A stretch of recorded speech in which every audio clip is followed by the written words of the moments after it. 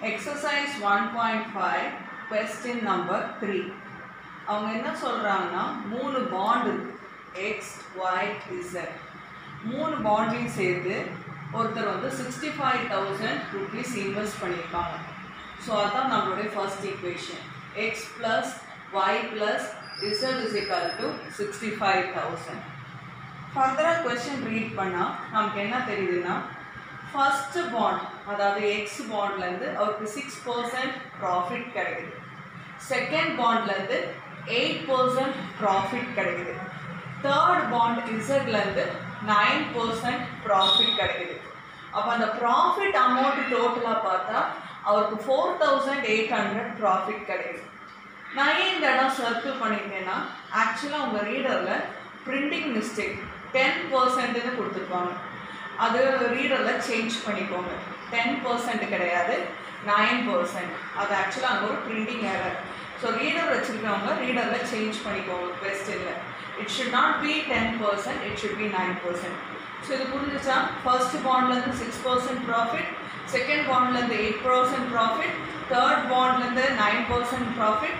So டோட்டலாக உங்களோட amount 4,800. பர்சன்டேஜ்னாலே உங்களுக்கு தெரியும் 100. அதனால தான் இதை 6x by 100, 8y by 100, 9z by 100 equal to 4,800ன்னு எழுதலாம். இங்கே அப்சர்வ் பண்ணால் மூணுத்துக்கும் ஒரே டினாமினேட்டர். ஸோ அது சேர்த்து இப்படி எழுதலாம். 6x plus 8y plus 9z everything divided by 100 equal to 4,800. இப்போ இந்த 100 அந்த சைட் கொண்டு போயிட்டோம்னா 6x plus 8y plus 9z is equal to you will get 480000. இதுதான் நம்மளோட செகண்ட் ஈக்குவேஷன். அதனால தான் இந்த இடம் ஹைலைட் பண்ணிட்டேன். ஸோ நமக்கு first equation, second equation ready ஆயிடுச்சு. சால்வ் பண்ணணும்னா 3 ஈக்குவேஷன்ஸ் வேணும். கொஸ்டின் ஃபர்தராக ரீடரில் பார்த்தீங்கன்னா அவங்க என்ன சொல்கிறாங்கன்னா, தேர்ட் பாண்டு தான் நிறைய ப்ராஃபிட் கொடுக்குது. தேர்ட் பாண்ட் செகண்ட் பாண்டோட பார்க்குறச்ச 600 rupees அதிகமான ப்ராஃபிட் கொடுக்குது. So let me read the sentence from the question. Income from third bond is ₹600 more than the second bond. அதை நம்ம அந்த கொஸ்டினை புரிஞ்சு இது மாதிரி எழுத தெரியணும்.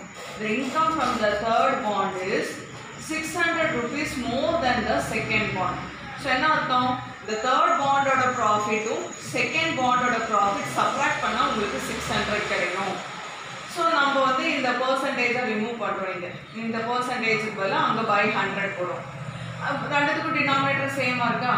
So we can write it as 9z minus 8y by 100 is equal to 600. இந்த 100 அந்த சைட் கொண்டு போனால் உங்களுக்கு என்ன வரும்? 600 into 100 60,000ன்னு வரும். அதே மாதிரி இந்த இடம் கொஞ்சம் அரேஞ்ச் பண்ணுறேன். எல்லா ஈக்குவேஷனும் பார்த்தீங்களா எக்ஸ் ஒய் இசட் அப்படி இருக்கணும். அதனால் முதல்ல y டேர்ம் எழுதுறேன். minus 8y plus 9z equal to 60,000. இதுதான் நம்மளோட third equation. So now 3 equations are ready. இது வச்சு நம்ம Gaussian elimination method வச்சு இது சால்வ் பண்ணுவோம். Gaussian elimination methodல என்ன பார்த்துருக்கோம்? A and B matrix combine பண்ணணும். A matrixனா என்னது? இந்த ஈக்குவேஷன்ஸ்ல இருக்கிற இந்த மூணு ஈக்குவேஷன்ல இருக்கிற XYZ கோஎஃபிஷியன்ட்.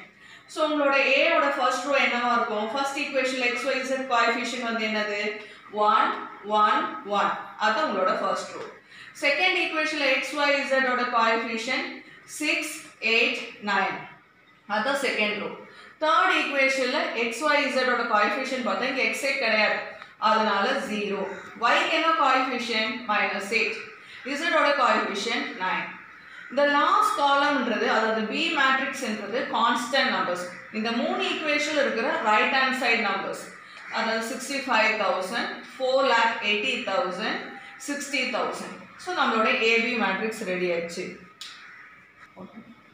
Gaussian elimination methodல நம்ம பார்த்துருப்போம். இந்த இடத்துல 0, இந்த இடத்துல 0, இந்த இடத்துல 0 வரணும். ஸோ ஆல்ரெடி நமக்கு இங்கே 0 இருக்குது. ஸோ நமக்கு அடுத்து வர வேண்டியது இந்த செகண்ட் ரோவில் இந்த இடத்துல 0 கொண்டு வரணும். அப்போ நமக்கு தெரியும் என்ன டிரான்ஸ்ஃபார்மேஷன் எழுதணும்? R2 சேஞ்ச் பண்ணணும். R2ல இந்த இடத்துல 0 வரணும்னா நம்ம என்ன பண்ணலாம்? R2 minus 6R1. ஏன்னா R1 நம்ம 6ஆல் மல்டிப்ளை பண்ணால் 6 minus 6 0. அதான் இங்கே எழுதியிருக்கேன். R2 is R2 minus 6R1. So what is the meaning? First row, third row எந்த சேஞ்சும் கிடையாது. So in the matrix la irukra first row, third row, எழுதியிருக்கேன், எந்த சேஞ்சும் இல்லை. இப்போ செகண்ட் ரோ தான் மாற்ற போகிறோம். இந்த ரஃப் காலம் பாருங்கள், R2. R2னா இங்கே பாருங்கள், என்ன உங்களோட R2? 6, 8, 9, 4,80,000.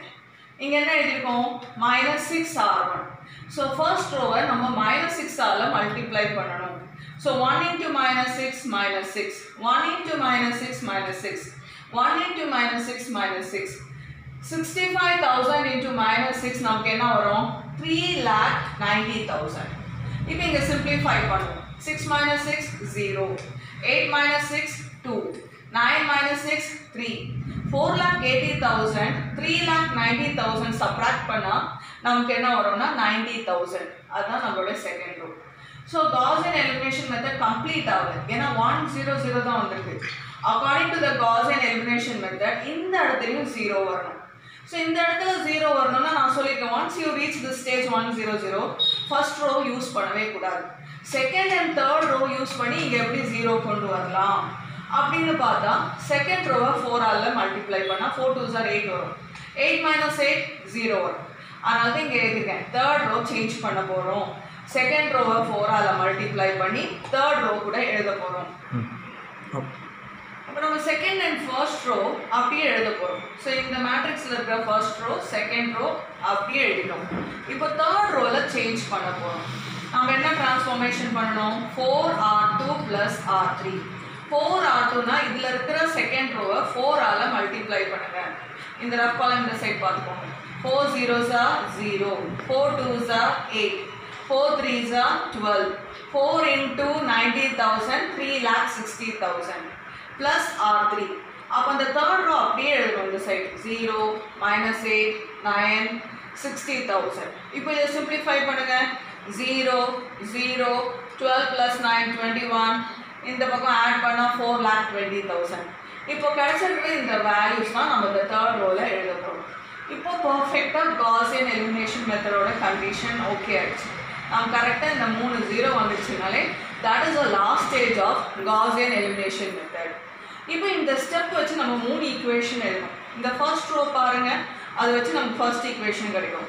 x plus y plus z equal to 65,000. Second ரோவில் x நம்பர் கிடையாது. So 2y plus 3z equal to 90,000.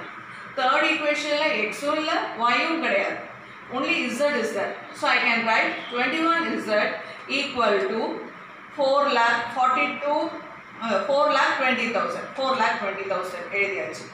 இப்போ இந்த 3 ஈக்குவேஷனில் எது smallest equation? Third equation.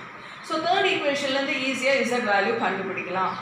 4,20,000 divided by 21. இந்த 21 இந்த சைடு வந்தால் டிவிஷன். So 21 2s are 42.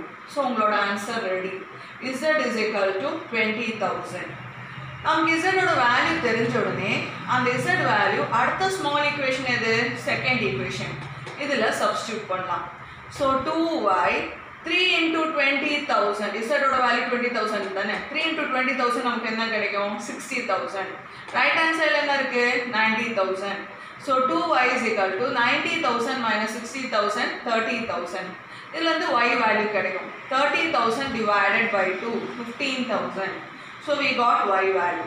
இப்போ எது தெரியாது? x. அப்போ நம்ம ஃபர்ஸ்ட் ஈக்குவேஷனில் தான் x இருக்குது. ஸோ அந்த ஃபர்ஸ்ட் ஈக்குவேஷன் செலக்ட் பண்ணுறோம். அதில் y வேல்யூ z வேல்யூலாம் சப்ஸ்டியூட் பண்ண போகிறோம்.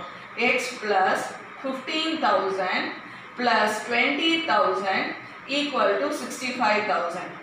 இந்த 20,000 15,000 ஆட் பண்ணால் உங்களுக்கு என்ன வரும்? 35,000. இதை அந்த சைட் கொண்டு போனால் 65,000 minus 35,000 என்ன வரும்? 30,000. So we got the answer. X is equal to 30,000, y is equal to 15,000, z is equal to 20,000.